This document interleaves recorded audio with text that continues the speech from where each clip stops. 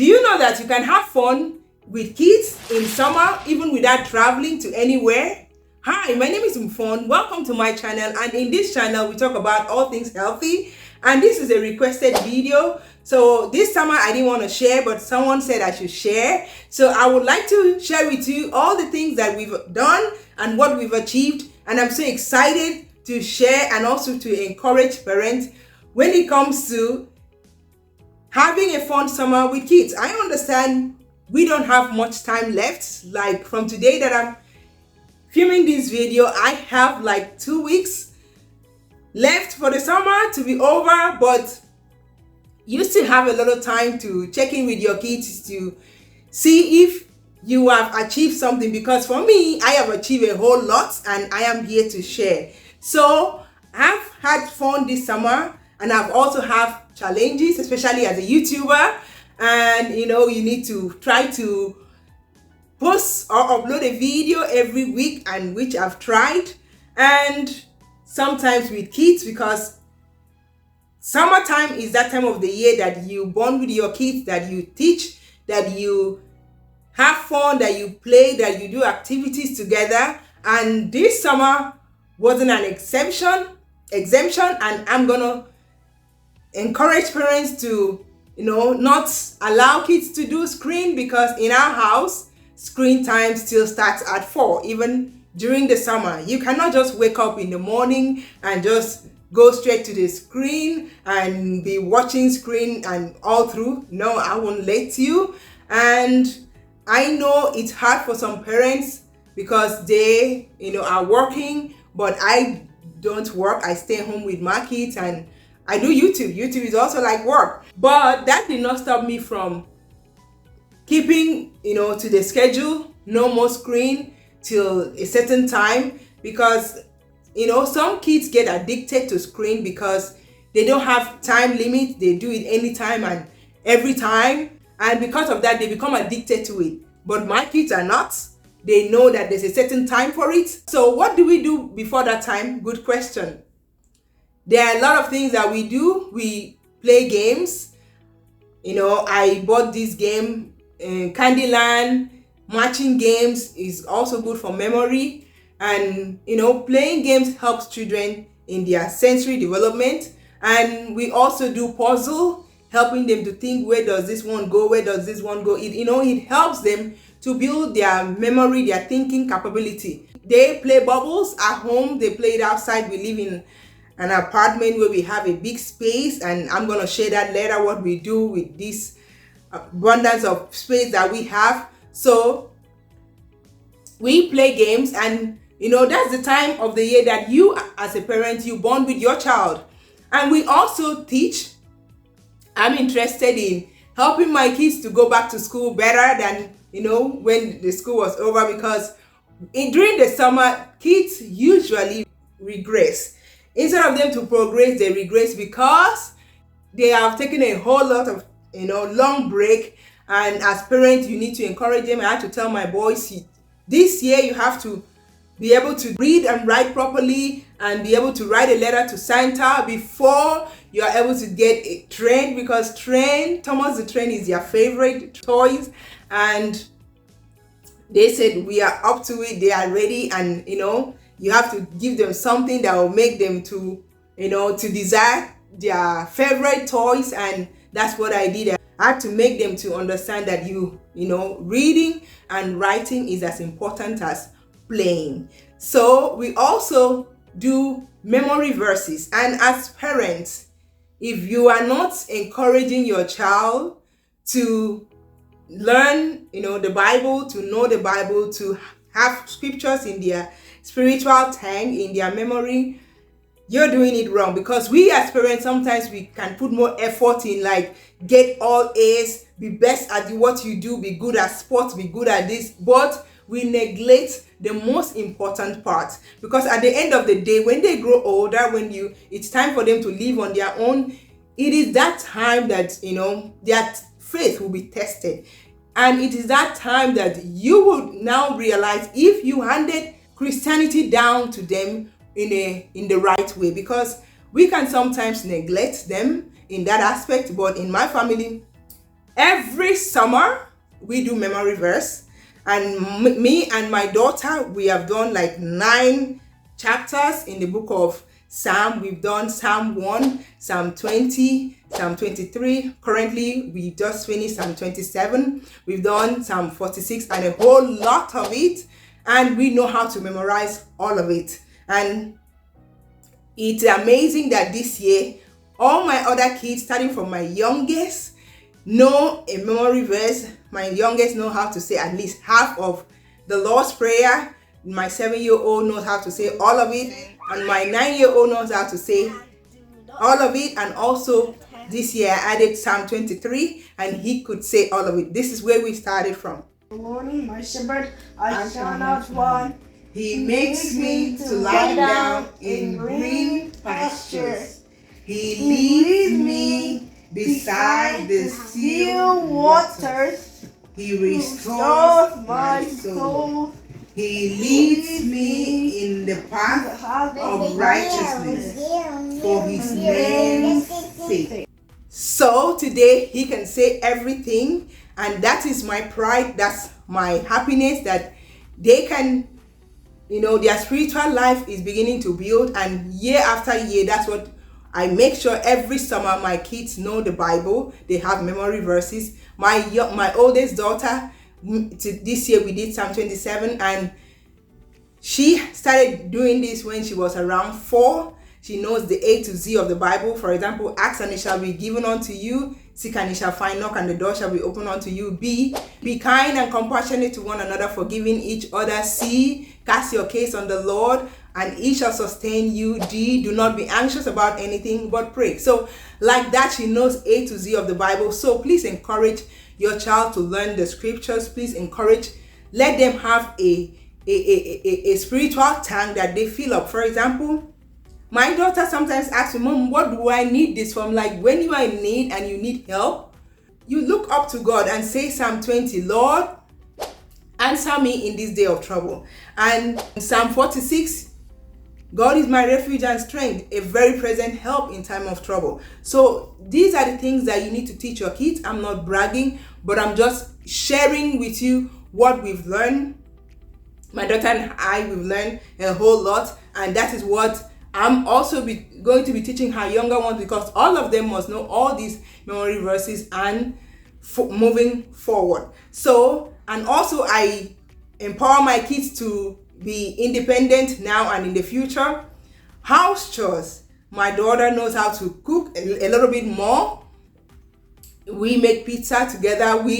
She knows how to cook spaghetti. She knows how to make waffles and make simple foods. These days she helps with breakfast a lot. So my 9-year-old, the first week of summer, because I've been teaching him how to do the dishes on his own, I just tell him, put the plate on one side and wash, and put on the other side and you rinse it, and that's it. And I left him alone and I watch him from afar. Now I can just tell him, go wash the plate, and he does it perfectly. So I also taught my daughter how to clean the bathroom. Don't forget that part, because you mama, you know that you're the one that I've always been doing it. I've always been doing it. So I had to teach them how to do it, because you discover that they don't have much time living with you. My oldest is 12.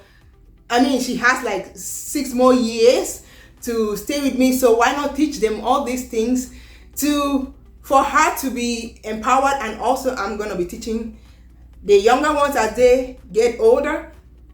So for now, she's the oldest, so teach her how to watch the bathroom and also how to do groceries, because it is important to learn those life skills, and it is important to learn as they grow, so that by the time they are 16, they don't even know how to shop. They don't even know how to make groceries. They don't even know how to, make lists to go to the store. So mothers, fathers, please teach your kids how to be independent, how to do things on their own, and also cleaning the house, working on their room. My son knows how to sweep very well. He knows how to take care of his room. My 2 boys, they know how to make their beds. Even my youngest, she likes to cook with me. She is just very handy. Anytime I'm cooking, Mommy, can I help? So I encourage all my kids to be responsible around the house. I make house chores everybody's responsibility because we all live here. We should be able to take care of it. We should be able to clean it up. We should be able to, fix it. We should be able to make it, a wonderful living place. Even though, our living space is small, but we also enjoy the surroundings. So the kids go out to play. They play outside. They play on the playground. We play at, in the field too. We do exercise. We do skipping and we run around. We play. We enjoy this big space. And, sometimes we play hide and seek. Found you! So, we appreciate what we have. We enjoy, we have fun because now that we live in apartments, sometimes I have peace of mind allowing my kids to go play, go ride bikes, go have fun. But if I was, in a house, you have to be there watching so that they will not run into the street and so that they will not just, there might not be accident of any kind. So we have fun in this apartment, no dull moments, so that when it is 4 o'clock, they can have their time. And sometimes, to be sincere, when I'm filming my videos, because during the summer, I still film my videos, they also spend time with their screen because I'm busy and obviously I don't want their noises where I'm filming. So I tell them, go have time with your iPad while I film, like what they are doing right now. So summertime don't have to be boring. It doesn't have to be screen time the whole day. It doesn't have to be, if you cannot afford traveling, you stay home and have fun. And also I teach my son how to tell the time. Most kids don't know how to tell time. So I teach them how to tell the time. And also, as I'm teaching my 9-year-old, my other two, they also learn this, at the same time. So I teach my kids how to tell the time. And another thing that we do is that we go to the library to get books so that the kids can have varieties of books to read and to keep them busy while I am maybe preparing lunch. Because sometimes they come, I'm like, Mom, what should we do now? I said, go get your books and read. So those books occupies them and they are learning as they are also reading. So reading books is also one of the ways I use to cure boredom in the summer. And my oldest child loves reading, and they say that readers are leaders. So making books part of your summer routine is very, very healthy for your child. And also, statistics shows that Black children are more likely to drown. So my 2 boys are in swimming lessons currently. So I take them out for swimming. So you see that my summer is fully booked. I take them out for swimming. So currently they are in swimming lessons. So they learn to swim so that in event of maybe they are having fun in the pool, there will be no emergency, there will be no drowning, there will be no cause for alarm. My oldest know how to swim very well. I taught her when she was 6. I took her to learn. I didn't teach her myself because I cannot swim, and I would learn it. And one of the blessings of this apartment is that we have a swimming pool. So while the kids are learning how to swim, we also have a place that they can come and practice. So we can take advantage of the apartment pool and practice what they've learned, which is a very good one. And also they play in it, they have fun. So there's so much to be grateful for while living here. So those are the things we did this summer, and the things that you cannot do, like teaching them how to swim, you can take them out for swimming. So I take them out for swimming, and I'm also working on their handwriting. In this day and age where we do a lot of typing, iPad, tablet, a lot of that, kids' handwriting is horrible. So we work on our handwriting too. So we do a lot. So I had fun this summer, and I'm also excited that it's about to be over, but the kids are not ready to go back to school.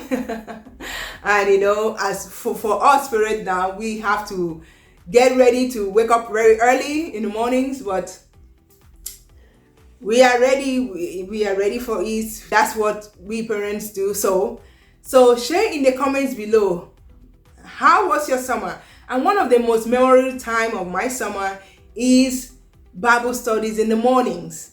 I mean, it is my pleasure to do Bible studies with my kids, because like I said, this summertime is the time that you spend time with your children, because once the summer is over, they are back to school and you barely have 2 hours with them.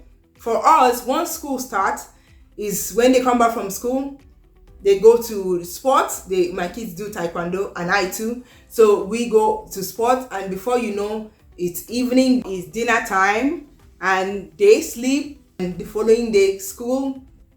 So we don't usually have time. So another thing I did that I was so glad is Bible studies in the mornings. And we started from the beginning, because I told my kids I'm studying families in the Bible, and that's what I'm going to do in the fall. So please subscribe to this channel, turn on your bell notification to notify you. I'm going to be going live to do families in the Bible. That's what God laid in my heart right from the day when I started this channel, talking about families in the Bible, the beginning, God's intention for us, and why things change, and why, today we were looking at the book of, Genesis 11, the tall tower, and that because of the people's stubbornness, God had to confuse the language. That's why we have different languages. If I speak mine, you won't understand. So so we have so many languages because people try to be as smart as God. They wanted to be smarter. So that's what we learned today,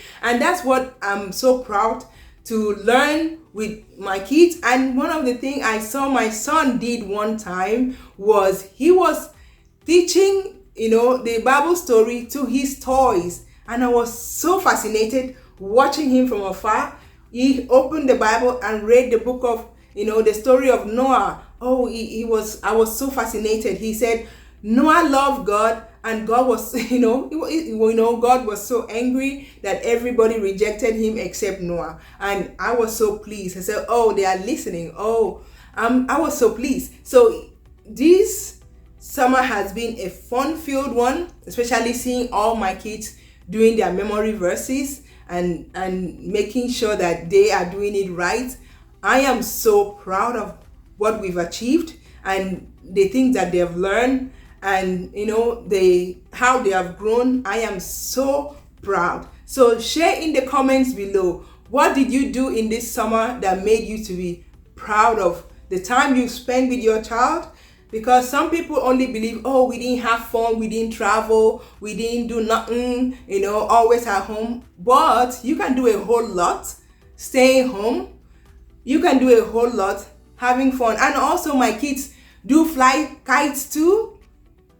They had fun flying kites. And they also color. My kids love coloring. So there's so much to enjoy, even without traveling, without going anywhere. And I hope you did that. We do go outside, play on the slide, play around this big apartment space. We enjoy all that. So share in the comments what was the most memorable moment of the summer for you. And coming, like I said, in the fall, we don't have much time, but we still create time to do a little study before we sleep. School work before we sleep. And also we do Bible studies on Saturdays, because that's the only time I have to be with them during the week. And that's how we enjoy our summer. So in summary, it was a fun summer. Share your own in the comments below. Thank you so much for watching. Like this video, subscribe to my channel, and I'm going to share with you 1-minute video that my daughter did. Myself and my daughter, we did Psalm 1, and I hope you enjoy their video. And if you want to know more of what we did last summer, watch this video. Thank you so much for watching, and I'll talk to you in my next video. Bye bye.